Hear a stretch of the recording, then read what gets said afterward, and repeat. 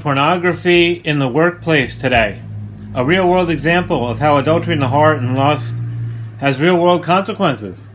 And how is it that we are to deal with those we catch in these kinds of sins? We're violating company policy with pornography on business time and property. And what if they're a valued employee? That's what we're dealing with today. How the Spirit moves in a real world consequence.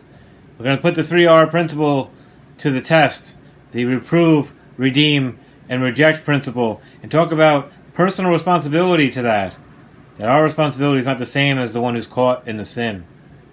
Want to know more? Stick around.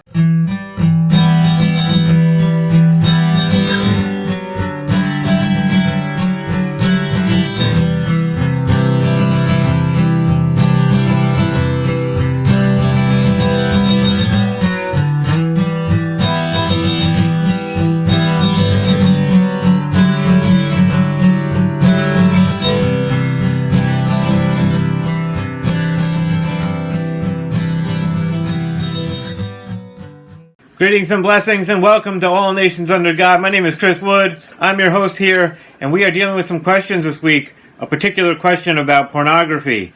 And since we have been dealing with lust in our Building Your Life on the Rock series, and we talked about lust and how to counter that with the spiritual discipline of solitude there, this is more of a question about how to deal with someone who is caught in lust with pornography. In this situation of this question, this brother owns a business, has an employee, a great employee, a valued employee. But now I'll read you the tweet exactly. He was caught in pornography, and this brother, this disciple, was struggling with what to do about it and how to confront this person on that. And so I'll read you the exact tweet, and then we'll get into how it is I would respond and some wisdom on the response that we should have when we catch others in sin. And so here is the tweet exactly from a faithful servant on Twitter. And we are at Nations Under on the Twitter sphere. If you want to ask your own questions, you could ask me in privately, or you could just tag me on there, and we'll deal with it in private if that's how you want. And if it's something that's pertinent to the rest of the community that I think is valuable, that people can learn on how to deal with situations, and I have your permission, I'll always ask for that, then I will address it here on the question and answer on All Nations Under God. And so this is from a faithful servant, is his name, on the Twitter sphere. And he says, troubling question for my Twitter family. My IT director just informed me of an employee using the company-issued laptop to surf for pornography. It's against company policy. However, they are a great employee. And so should I counsel and issue a warning, or should I just fire him? I'm struggling here. So this is a very real-world example of how pornography affects the workplace, how pornography affects real life, and how do we as disciples help someone out of sin, especially if we, whether we value them or not as an employee. This is an opportunity now that we have to help them and to confront them in a way that's the way that Christ would have us do so. And so this is where I think that a lot of people struggle, because we get angry at sin. We get angry at the sin that this person is committing. We get angry that they're caught in it. Hopefully, we get angry at that, because we have to view this person as a victim of it as well. But that doesn't mean that we say, oh, you didn't mean to do it. They did mean to do it, okay? But they are struggling and suffering from being caught in sin. And so there is a way that we need to apply what I've mentioned before throughout the series of Building Your Life on the Rock, something called the 3Rs, which the 3R principle is to reprove, to redeem, or to reject. And what that means is there are certain things that we can make better. We need to reprove them. They're good, but they can be better. And then there's the best version. So from good to better to best is how we reprove things. There are things that we need to redeem. They're good, but we're not using them for good. We're using them for evil, and we need to redeem it out of evil back to good. And then there are things that are not good at all, and we reject those things downright. There's no redeeming quality in it. You reject it. Now, the truth is that this person, this employee, is caught in a sin where he needs to reject pornography. But the employer is not in the same situation as the employee who's caught in this.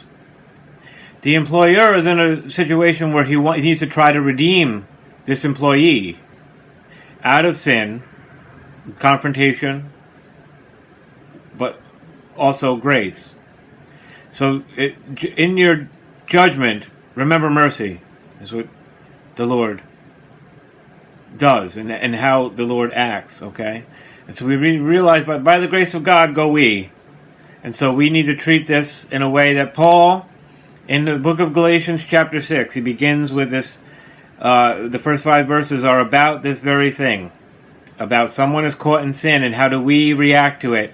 And so I want to read from Galatians chapter 6, 1 through 5, and then we'll talk about this principle of the employer here, his responsibility. Now, afterwards we'll talk about, there's a nuance on whether or not this person's a disciple, the one who's committing the sin or not. But listen to what Paul says. Galatians chapter 6, verses 1 through 5, I'm reading from the English Standard Version. Brothers, if anyone is caught in any transgression, you who are spiritual should restore him in a spirit of gentleness. Keep watch on yourself, lest you too be tempted.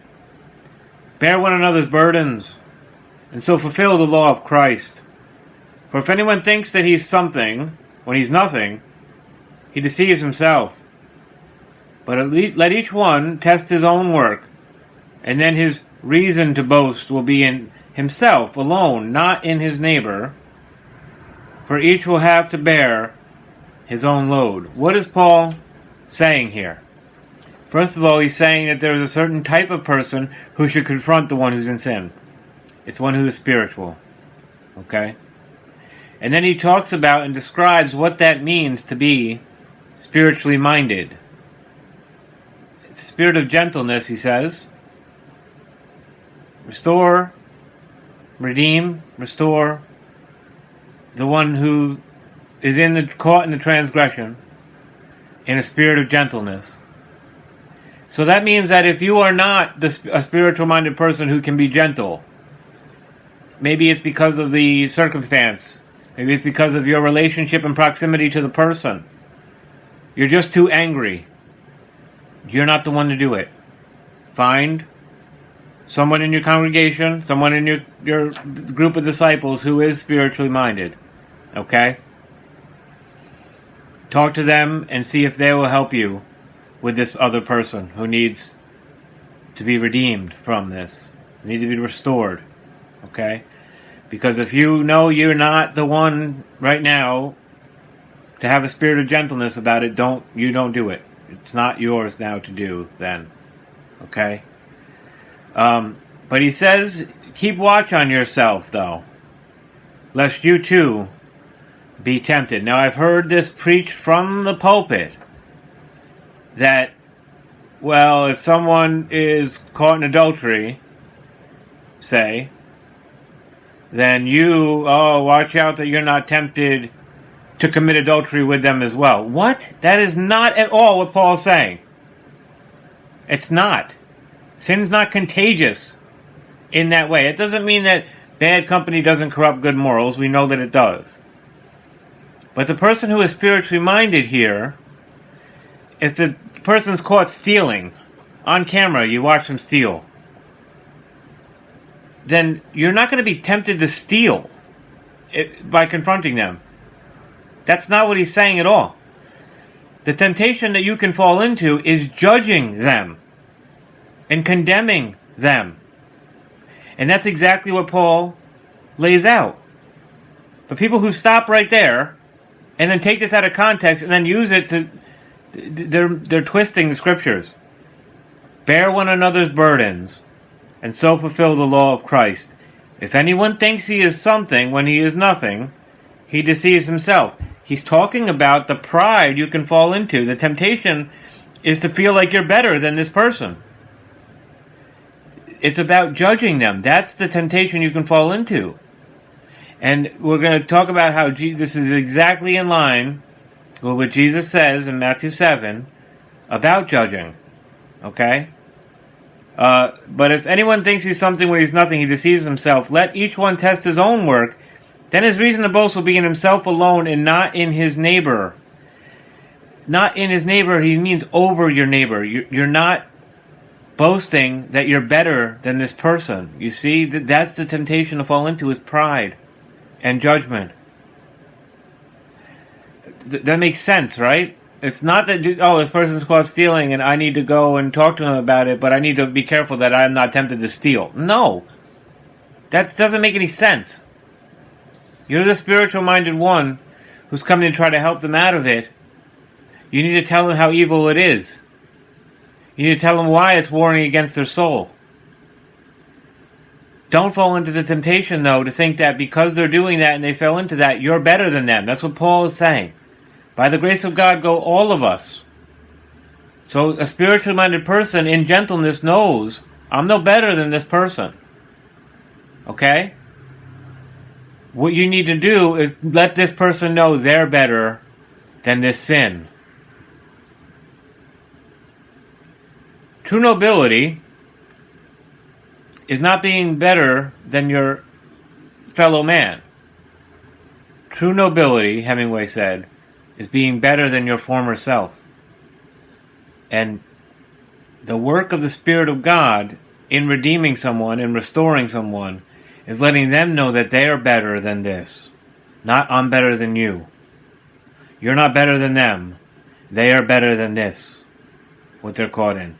What they're doing and warring against the spirit and their soul, you see. And so this is very pertinent to how someone deals with a treasured employee who's caught in a transgression. This is not the same fight and struggle that the person who's caught in pornography and sin has. And if you want to know our take on that, about lust and adultery in the heart and things, look at our video on lust in the Building Your Life on the Rock series. Each one will have to bear his own load. You only stand before God with you. You don't stand with the worst of sinners, and now you feel like you're better than all those. You see? You stand and fall before God alone. It's you and your character. And if your character is to judge others and condemn them so you feel better and more spiritual, that's not a spiritual-minded person. That's not a spirit of gentleness. That's not someone you should go and ask to help restore. That's not the person. They're not the spiritual-minded one. Those who are constantly judging other people and condemning them, they're not the ones to help restore them. If you don't love someone where they are in their ugliness, you can't love them out of it. You can't love them enough to let them know that they're better than this. If your attitude is I'm better than you. This principle of judgment, of how it is that you view the person who's caught in a transgression. Jesus says this in our Sermon on the Mount. We're going to get there, further treatment of it when we get there, because it's very important and it's been misused and abused so much.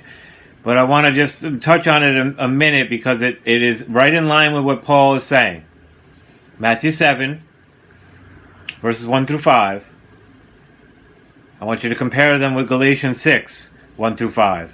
And see if Paul isn't saying the exact same thing his teacher, Jesus, his rabbi, was teaching. When he said, do not judge, or you too will be judged. For in the same way you judge others, you will be judged. And with the measure that you use, it will be measured to you. Why do you look at the speck of sawdust in your brother's eye, but you pay no attention to the plank in your own eye? How can you say to your brother, let me take that speck out of your eye, when all the time there's a plank in your own eye? You hypocrite! First take the plank out of your own eye, then you will see clearly to remove the speck from your brother's eye. What is the plank in your eye? Judgment. The context, he's telling you. It's a judgment of I'm better than you. You're never going to help someone if that's your attitude toward them. If you look down on them with a giant plank is how you look down, they will never listen to you. Even if they believe and agree with what you say that they need to do. You need to stop doing that. But if they think that you're judging them and condemning them, and if you are, they're never going to listen to you, even if they agree with it. This is parents and children. This is how you have to realize that condemnation is the plank. They're never going to listen, even if what you're saying is completely true. I'm 100% right and great advice. But if they think that you're condemning them, if they don't know that you're loving them, if you don't have a spirit of gentleness, if you don't view them as also a victim of this thing, it's warring against them, they're never going to listen. You're not going to help to see them get this sawdust out of their eye, you see. This is the principle of a spirit of gentleness, of the spiritual-minded person who will help redeem and restore others. And Lord willing, you know people like this. Lord willing, you can become and want to become someone like this. Okay? And you only do that by knowing, by the grace of God, go I am no better than any other. I live, I rise, I fall, I die. Either by the grace of God or by my own refusal of His grace. And so knowing that without His grace, I'm left to my rebellion alone. And I have no position in the kingdom of God without His love and grace and mercy. Knowing that, this person who I find out is caught in a transgression, I am not better than that person. They need God's grace just as much as I need God's grace. They are a victim to this sin. Can I redeem them from it? Can I restore them from it? My struggle is not their struggle. Now, this is, of course, their struggle is only a struggle if they're a disciple. If they want to struggle against sin. If they have the Spirit of God that they're warring against with this sin to help them out of it. Because it's the only reason you want to change.